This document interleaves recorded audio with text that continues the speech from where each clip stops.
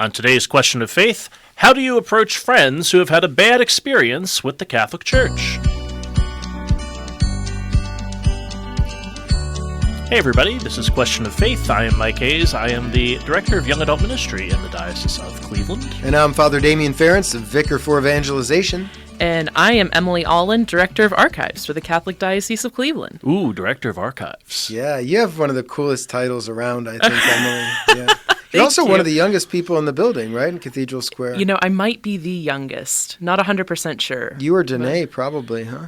Probably. I would think, yeah, exactly. Yeah. We should have Danae up at some point. Danae Hummin works for our foundation upstairs, so we should have her come by one day. Yeah. She did that little cool commercial we did when we were putting some jobs out where she was the official diocesan dog walker. Yeah, that's funny. Anyway, we'll put that in the show notes if you haven't seen that yet.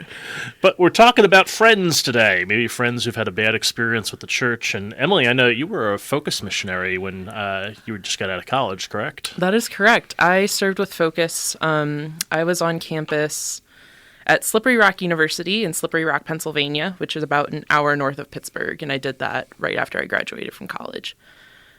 Nice. For 2 years? 1 year, or what? I ended up doing it 1 year. So everybody who knows what a Focus missionary is and what they do knows that most Focus missionaries serve for 2 years. I was one of the unique ones that only ended up doing it for one. Okay. Much like the Lord sometimes calls people to the seminary and then calls them back out, he called me to do Focus and then was like, no, Emily, not 2 years. So I just did one. But it was a good year. It was a good year, and I'm glad I did it. Yeah. That's cool. And so I'm sure you encountered students on campus who maybe wanted nothing to do, as I did when I was in campus ministry, who wanted nothing to do with the church. When I was at the State University at Buffalo, I was the chaplain of the medical school. And one of the things that they asked me to do was to be the chaplain for the gross anatomy lab, which was the coolest thing I've ever done. I have this gross. Yeah. So I'm here with all these cadavers in the middle of and we did a little prayer service for them. We did a prayer of Thanksgiving at the end of the year for people who donated their bodies to science and for their families, and to continue to pray for them. But I used to say I was there for people who pass out and people who freak out. But the thing that some people in that situation, obviously, who were in gross anatomy and med school, wanted nothing to do with the church, and they'd actually put their hand up when I'd come near them, and they'd say, "Strictly secular, sir." Which was this, I'm like, "Don't come near me. I don't want to talk to you," which was like the rudest thing ever. I was like, you know, I'm just here to kind of see how you're doing. You know, I'm good. And they're like, yeah, okay, you know, and yeah, it ended up working out, you know, and some people were a lot more inviting than that, obviously, which was great. But I'm wondering what your experience was on campus. Yeah, Slippery Rock wasn't overly hostile, and you have to remember Slippery Rock is in the middle of nowhere in Pennsylvania, so it's it's a pretty conservative area to begin with. So a lot of students were practicing some sort of religion. Our task was mostly just to kind of like take them to the next level. Now that doesn't mean I didn't get rejected on campus. My personal favorite was so at the beginning of every semester we would go hard. Like we would be out there handing out lollipops, handing out popsicles, like shaking hands, meeting people, just like hey, we're having this event at the Newman Center. Like we would have something like every week or every day of the week during the first week of the year. And so I had this bowl of Dum Dum lollipops, and I was out in the corner in the middle of the quad just like handing out my lollipops. And, you know, people would ask me, they'd be like, oh, like, why are you handing out these lollipops? And I'm like, oh, yeah, I'm a missionary. Like, you know, we're working with the Newman Center. We're having this really cool bonfire event tonight. Like, you should come. And I remember this one girl, she, like, took my lollipop and she was like, I think this is super great that you guys have this on campus for students who, like, have, like, you know, are Catholic or interested in anything like that. And she's like, this is great. And I was like, well, like, you know, do you want to get coffee sometime? Like, you know, we could talk about this. Like, you know, this is for you too. Like, this isn't just for students who are already Catholic. And she was like, well, you know, I'm kind of busy. Like, I just, you know, and then she just like, you know, walked away and ran away. Sounds like dating. Yeah.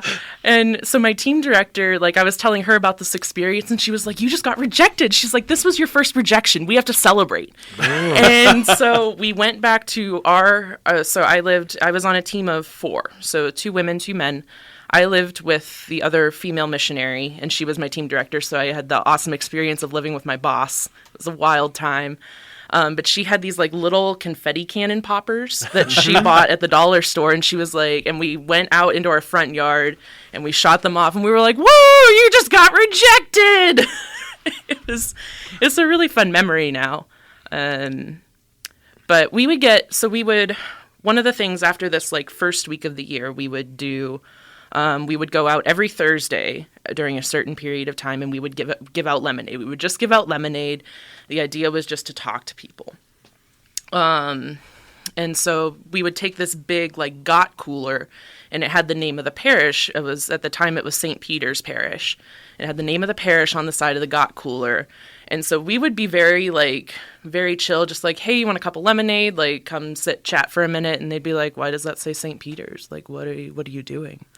And we're like, we're just giving you lemonade, man. Like, that's all we really want here is to give you lemonade. So that kind of skepticism, I never remember being like completely run off of campus. Although there was one person I met when I was handing out lemonade to her. And we connected because she's from the South Hills of Pittsburgh, like I am. She played softball like I did, and so I like tried to become friends with her. And at one point, we went out to dinner, and I was like, "Hey, like I have this Bible study. Like, you really should. Do you want to come sometime? Like, I think it'd be really cool." And she's like, "Yeah, no, not interested." And that happens. Yeah. We all have the freedom to say no. Absolutely. Yeah, I mean, I think that even on a Catholic campus, that was often my experience. People would just be like, yeah, no, not so much.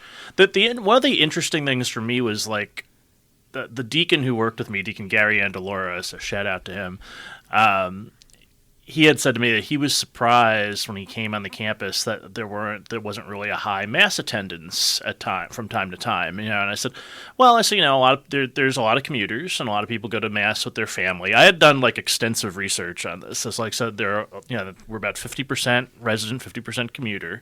I said, so there's a good deal of people who just go to mass with their family. I said, so we should just know that. And I said, and I've got some proof here from this surveying stuff.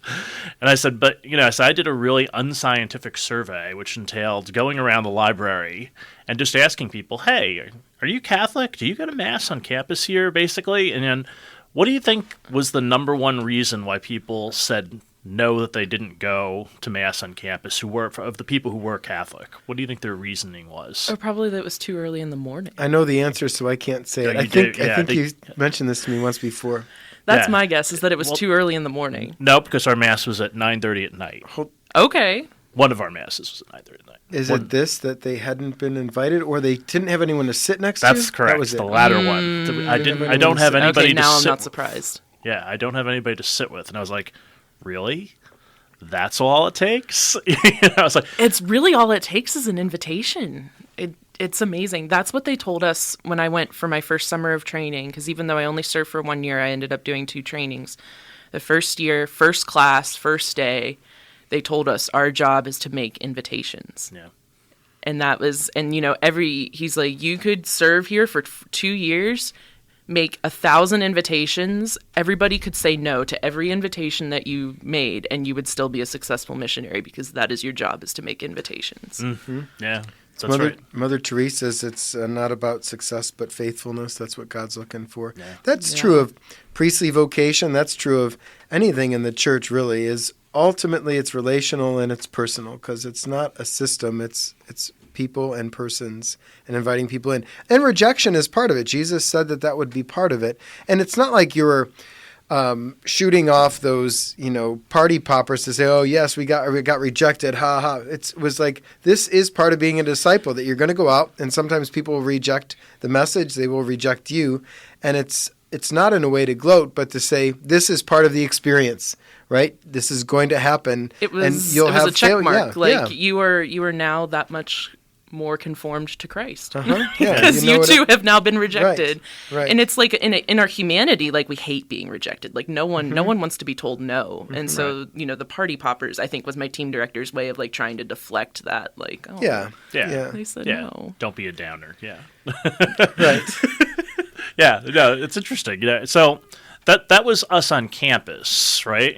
Where it was sort of our job to do this. So what about in our lives where it's not our job? Where you just have random friends. Yeah, I always say I'm real exciting at cocktail parties because then, when people walk around, what do they ask you? When you're at a cocktail party, you don't know a lot of people. Oh, gosh. What do you do? You have probably experienced You this. can tell within 5 minutes what people think of the diocese as soon as they find out I work for them, because people either get really excited or they get really not excited. Yeah. And it's very, very easy to tell. And even where just what they fall. think. Yeah, and even just what they think of the church, right? And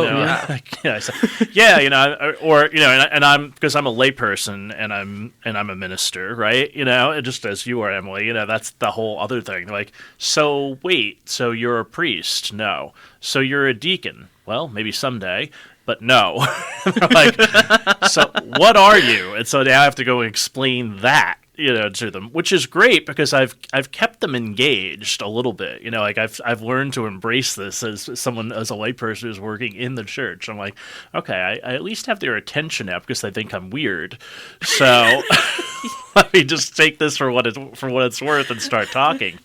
And people just then feel obliged to ask you like 10,000 questions about Catholicism, which is good and bad. Sometimes you have the opportunity to hear their story, but then sometimes you have the opportunity to really hear their story and their anger, and then what you have to do with that. The whole thing. I look at it as an opportunity, but at the same time, it's also a lot of sadness that goes along with it. Oh, it's totally an opportunity. And I say this all the time. So now in my role as director of archives, like it's a little less ministerial and more administrative.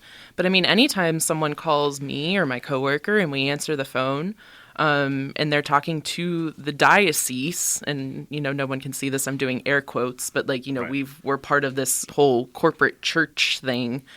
That's an opportunity for evangelization. Like, I'm not going to answer the phone and say, "Hello, have you heard about Jesus? When's the last time you've been to mass? Would you like to come you need today?" To go to confession. Yeah, I'm not going to do that. But if they hang up the phone and they say, "Wow, I talked to Emily the archivist, and she was so nice. Maybe these diocesan people aren't all that bad." That's a door. That's a door Right. that I have just opened that now the Lord can enter into.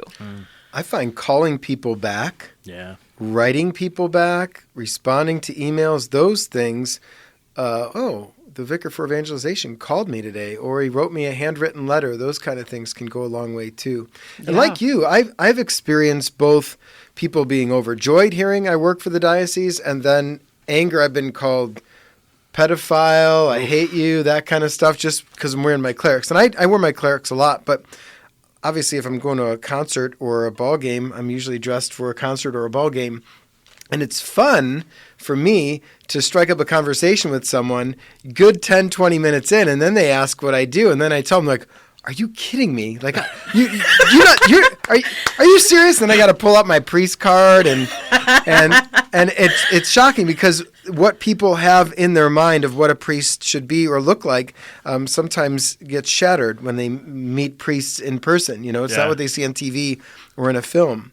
Especially you go, like, I love music, at the House of Blues or at the Beachland Ballroom, and you run into people and they find out you're a priest. And a lot of them who like music will say, oh, the priest likes music. So there's an inroad there. And I think to answer your question, Mike, how do you reach someone who's been hurt by the church or harmed? A big part of it is simply listening and being with and letting them know you understand them as one who stands for Christ in his church, and we all do in different ways. And coming back through the relationship, because a lot of times what they're mad at can be the institution because of a particular individual.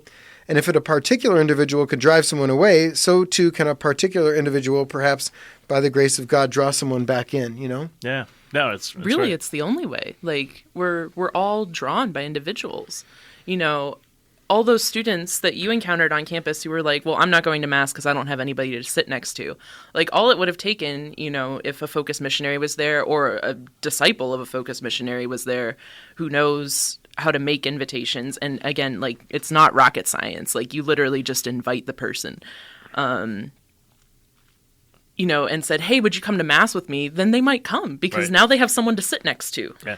We did the +1 mass as an experiment. We said, okay, everybody who's like a regular Mass person, we want you to bring a friend next week. We want you to intentionally go out and just bring someone who you think is interested in coming to Mass. We doubled our attendance in 1 week and held it for like 3 weeks. That's amazing. And then spring break happened. We had to start all over when they came back, because people forget things, But it worked, I was like, okay, and I was like, okay, here I am, master's degree in theology, and this is what the problem is that people just don't know how to invite other people. Okay, let's start here. That's a good. That's actually a really good piece of news, right? That's all it took. I think a lot of people think evangelization is rocket science. It's not. It's really not that hard. You just live your life as a disciple of Christ and invite people along the way. Yeah, absolutely. It's so. We talk about this on the show a lot. The most basic and obvious and fundamental things are so easily overlooked because they're so basic, Yeah. So, Jesus met Peter and Andrew. They were washing their nets. Come follow me. There's your invitation. And they did. There's something about that call, So. Yeah, Pope Francis said recently he wanted people to read the Acts of the Apostles, because what is that? The people who were drawn by the early church, by the early disciples, said, see how they love each other. That was the witness. It wasn't like some grand, treatise that Peter said or some grand thing that Paul said. It was they looked at the experience of the disciples and said, see how they love each other. And they gained, far more converts by that. And we're reading through the Acts of the Apostles right now, every day at Mass. And it's amazing that these were apostles, the Acts of the Apostles, who fell asleep when Jesus said, stay awake with me. That's right. One said that he denied that he even knew him, 3 times. And now they're going out and being Jesus in the world, and the way they preach and teach and heal and eventually give their lives too. So, yeah, it's all relational. I think I've been so surprised in my own personal life when I'm not on campus by my other peers, by their acceptance of my invitation most of the time. Like the person who I thought would come to Mass least has always been the first person to accept the invitation. They would say, yeah, you know what? Okay, I think I kind of like your take on religion, and I kind of like the things that you say, and I'm to be honest, I really like some of the things that you're doing, and I hear and you have some great enthusiasm for this. So there's got to be something here. So I decided to come. It's always that way. It's always that way. It's always the people. They told us that. So those of you who don't know, Focus Missionaries fundraise their salary. Right. And so when they were training us to fundraise our salaries, they told us it's always the people that you think aren't going to give who give. And I didn't believe them, but it's true. And I, of course, called all the people that I was like, oh, these people will totally give me money every month, and they hesitated, and then the people I was like, well, they're probably not gonna. They gave me the most. They really did. I found the people who had less money often gave the most. That's another truth. Now people who have more money sometimes get asked all the time, to be fair. Right.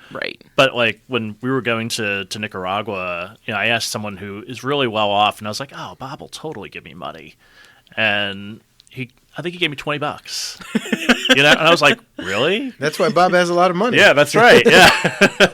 And then there was this little God dental. Bless you, Bob. Yeah, that's right. Thanks, Bob. That's not his real name. Anyway. It actually is. Oh, that's okay. not the point. He doesn't. Okay. I don't think he's listening, so we're good. And I didn't use his last name either. So all the Bobs in my life. But there was this little dental hygienist who my wife knew, and she asked her for money, and the woman gave us $500. Wow. And I was like, okay, she can't afford $500. Are we sure? And she was like, please take it. I definitely can afford to be without $500. I think this is a great thing that you're doing, so please go and take it with my blessing. I'm like, wow, okay, there you go. That's cool. So, anything else that we didn't cover on this? Yeah. Pray for people. Yeah. That's the key.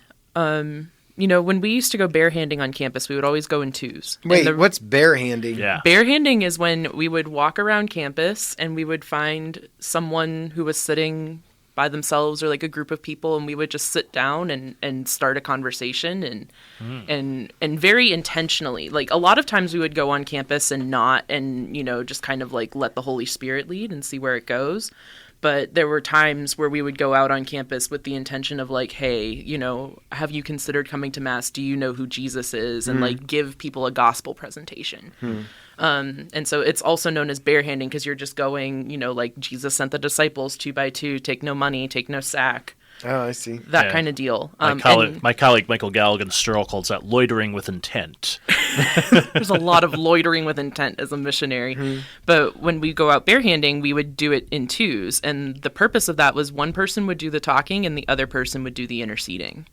And there would be someone sitting there the whole time praying. And I think that's the key is prayer. You have to pray for the people. But you also have to listen. You have to see where they're coming from to see what they can receive and when they can receive it. And you can't give up on them. Like, you can't give up on them. Like, they're going to say no, but that doesn't mean you just, like, completely write them out of your life, right? Like, you have to encounter them. Yeah, exactly. I feel like there's so much more that could be said. But the key is just, whether they've had a bad experience with the church or not, is just invitation and patience and prayer. Yeah, prayer absolutely. First and foremost. Yeah, and one of the places that we can often pray is in a church. And so we're going to go to St. Augustine in Tremont. What do we know about St. Augustine? I've been there. Have you been there, Emily? It's been a while since I've been there, but they are known for their great Thanksgiving meals that they deliver. And it used to be under the leadership of Father McNulty. Now the pastor is a precious blood priest. Brother Ben Jimenez, S.J., is the parochial vicar, and they also offer ministry in sign language. I know they're well known for that, and their social outreach in the Tremont area. Right. Yeah, my deacon mentor, Deacon Chris DePenti, is there, and he took me recently to their fish fry during Lent. We did Stations of the Cross, and we went to the fish fry afterwards, and then he showed me their ministry to the hungry as well. And he said they feed about 400 people a day, and he's starting a new food pantry there as well, which is a little different. Like the people who come to the hunger ministry are people who are really in need. They have, they're either homeless or they don't have a place to live, or they have a mental health diagnosis and they're struggling to get through the day. Where the food pantry is more for like working moms trying to stretch the WIC check, so they get a couple items at the food pantry and then they actually go to, Giant Eagle and do the rest of their shopping. So they do a lot of stuff with folks in that population, which is really good. My wife does sign language, and so she's really interested in the deaf ministry there. So we're going to take a stop over there at some point so that you could see that, because she did that for years in our parish in New York. So cool, very cool. Awesome. It's fun. Yeah, so that's St. Augustine's in Tremont. Our readings this week: "Peace I leave with you, my peace I give to you. Not as the world gives, do I give it to you. Do not let your hearts be troubled or afraid." From John's Gospel, chapter 14. I thought it was interesting that Jesus said, "Do not let your hearts be troubled," which meant you're probably going to be troubled, but don't let your hearts be troubled. It's all going to work out. It'll be fine. I am with you. Don't be afraid. Emily, you have any thoughts on that? When you started talking about, don't let your hearts be troubled, I was immediately thought of the number of times in the gospel that Jesus says, "Be not afraid." Yeah. Like he's always reminding us, like, hey, it's going to be okay. Yeah. The most often used phrase in the Bible. Be not afraid. Do not be afraid. Yep. Yeah, I think it's very easy, because I've fallen in this trap many, many times, when your heart is troubled, to go try to fix something in your life to make it untroubled. And Jesus is like, I'm the one who does that. I'm the Savior. Like, come to me. I'll give you my peace. Something the world can't offer. And it's easy to just, especially as Americans, we can be very autonomous, kind of pull yourself up by the bootstraps, fix yourself. In the spiritual life, that doesn't work too well. It's called Pelagianism. It's an ancient heresy. So we need to avoid that. Yeah, I'm very much a bootstraps person. I fall on my face frequently, and the Lord's like, would you just let me do it? Would you just let me do it, please? It doesn't mean you don't work hard. I like working hard too, but you can't do everything. You can't save yourself. That's right. No. Yeah, it would be a shame if you had to do everything, because you can't. Right. So you need help. Yeah, it takes a little humility, or a lot. Yeah, that's right. And so that's our program for today here at Question of Faith. If you have a question of faith, you can email that to me, mhayes@dioceseofcleveland.org, and we'll answer it here on the podcast. So join us again here next week on Question of Faith. Here's some rock and roll.